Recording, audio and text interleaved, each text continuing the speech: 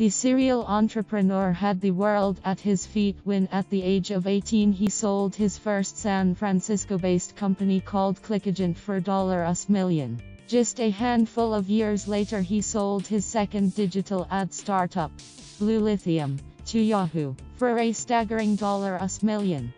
His immense success led him to be anointed in the eyes of many as the young prince of Silicon Valley. Pretty soon he would be sitting on Oprah's couch and taking happy snaps with the president as he enjoyed his growing celebrity status.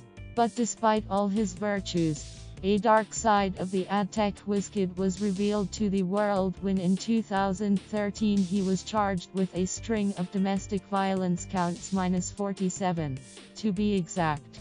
While he managed to avoid jail at the time after pleading guilty to just 2 lesser counts, he was forced out as CEO of Radiamone, another online marketing company he founded.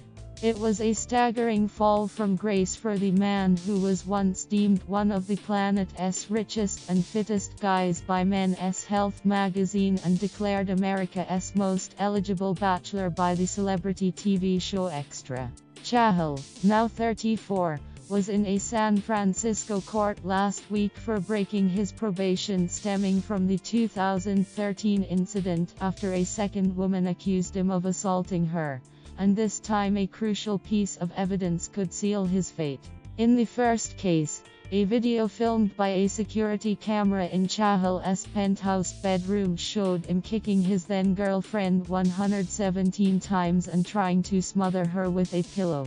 Deemed inadmissible in the first case, this time the judge will allow it to be submitted into evidence and prosecutors hope it will be enough to see the tech mogul put behind bars. The man who calls himself the Indian Brad Pitt was ordered to hand over his passport to the court by Monday local time and will face sentencing on August 12.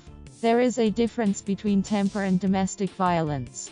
Among the 47 charges filed against Chahal in the 2013 incident, included assault with a deadly weapon.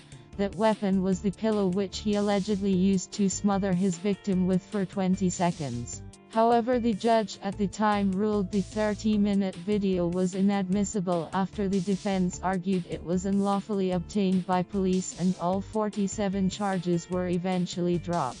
Instead, Chahal pleaded guilty to 2 misdemeanor battery charges that resulted in a 3-year probation, 25 hours of community service, a 52-week domestic violence course and a $500 fine, or a parking ticket as he later remarked online. The victim was an unnamed South Korean woman who Chahal was dating at the time and had originally called 911 telling police she was afraid for her life. According to reports by the San Francisco Chronicle, after she suddenly became uncooperative with police, prosecutors alleged Chahal had both paid her off and threatened to turn her into authorities for immigration fraud. Following the case, Chahal penned a blog post defending himself and accusing the woman of having unprotected sex for money with other people.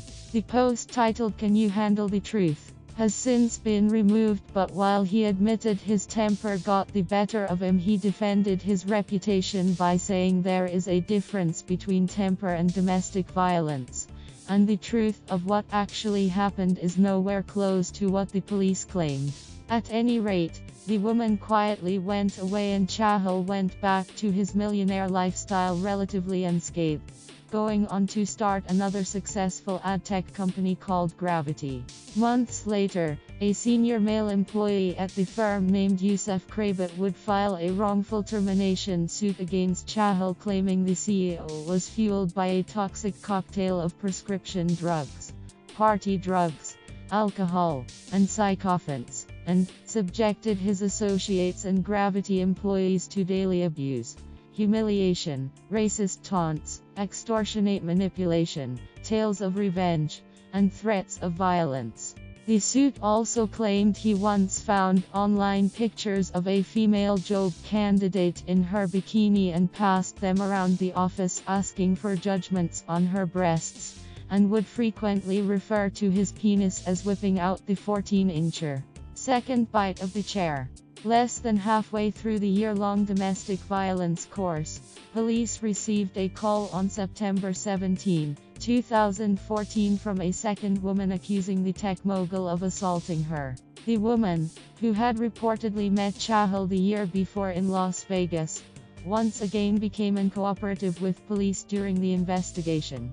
However, her initial complaint to police was enough for the district attorney's office to argue that Chahal had broken his probation.